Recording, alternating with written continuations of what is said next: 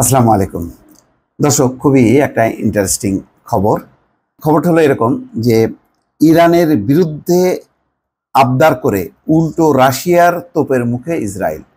এই ঘটনার বা এই শিরোনামের অর্থটা কি? অর্থটা হলো এই যে ইরান যে হামলা চালিয়েছিল তেল আবিবে বা ইসরায়েলে, সেই হামলার যাতে সবাই নিন্দা করে, এই জন্য ইসরায়েল রিকোয়েস্ট করেছিল রাশিয়াকে যে ইরানের এই হামলার ঘটনার যাতে নিন্দা করা হয়।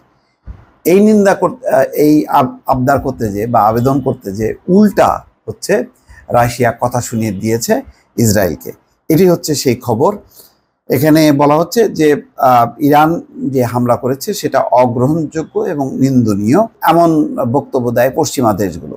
তো স্বাভাবিকভাবেই এরকম একটি সাপোর্ট তারা রাশিয়ার কাছ থেকেও প্রত্যাশা করেছিল, কিন্তু এরকম আবদারের একটা বিপরীত প্রতিক্রিয়া দেখায় রাশিয়া।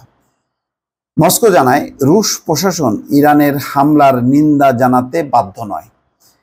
এমনটা জানান রুশ পররাষ্ট্র মন্ত্রণালয়ের মুখপাত্র মারিয়া জাকারোভা। মস্কোর এমন ইসরায়েল বিরোধী আচরণের ব্যাখ্যাও দেন রুশ মুখপাত্র। তিনি জানান, তেল আবিব কখনোই রুশ বেসামরিক নাগরিকদের উপর ইউক্রেনের হামলার নিন্দা জানায়নি। এ সময় রাশিয়ায় নিযুক্ত ইসরায়েলি রাষ্ট্রদূত সিমোনা হ্যালপেরিনের কড়া সমালোচনাও করেন তিনি। এক টেলিগ্রাম চ্যানেলে দেওয়া পোস্টে জাকারোভা লেখেন, সিমোনা আমাকে মনে করি দিন যে রাশিয়ান ভূখণ্ডে কিয়েভের হামলার সময় কখনো ইসরায়েল নিন্দা জানিয়েছিল, অন্তত একবারের জন্য হলেও এমনটা ঘটনা ঘটলে আমাকে জানান।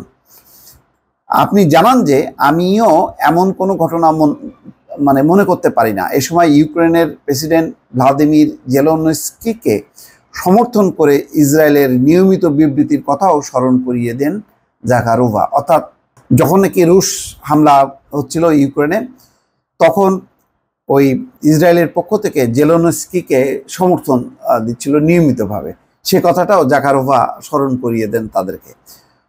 রুশ মুখপাত্রের এমন বক্তব্যের আগে রিয়া নভোস্তিকে দেওয়া এক সাক্ষাৎকারে ইসরায়েলি রাষ্ট্রদূত জানিয়েছিলেন, ইসরায়েল আশা করে রুশ কূটনীতিক ও রাজনীতিবিদরা ইসরায়েলি ভূখণ্ডে ইরানের হামলার নিন্দা জানাবে, এমনকি মধ্যপ্রাচ্যকে অস্থিতিশীল করার ইরানি চক্রান্তকে মোকাবেলা করতে সাহায্য করবে। তবে ইরানের নিন্দা জানাতে অস্বীকৃতি জানালেও মধ্যপ্রাচ্যের সংঘাতপূর্ণ পরিস্থিতি নিয়ে গভীর উদ্বেগ প্রকাশ করেছে মস্কো। দর্শক, বুঝতে পারছেন, তার মানে পশ্চিমা সকল দেশ ইসরায়েলকে সমর্থন করেছে এই অর্থে যে ইরান হামলা চালিয়েছে।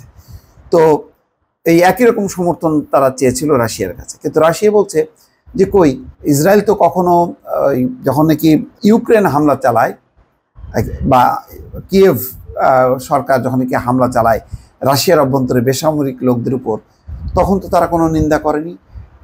এই রাশিয়ান যে মুখপাত্র বলছেন যে অন্তত একবার হলেও আমাদেরকে মনে করায় দেন যে কবে কখন এরকম একটা আপনারা নিন্দা করেছেন, কখনো করেননি।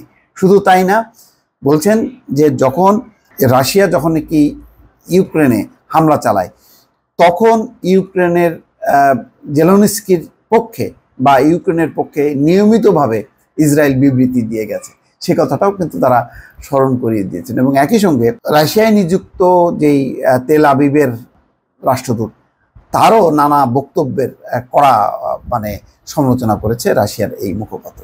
দর্শক, তার মানে বোঝা যাচ্ছে যে ইসরায়েল এবং ইরান ইস্যুতে পশ্চিমা বিশ্বও কিন্তু বিভক্ত।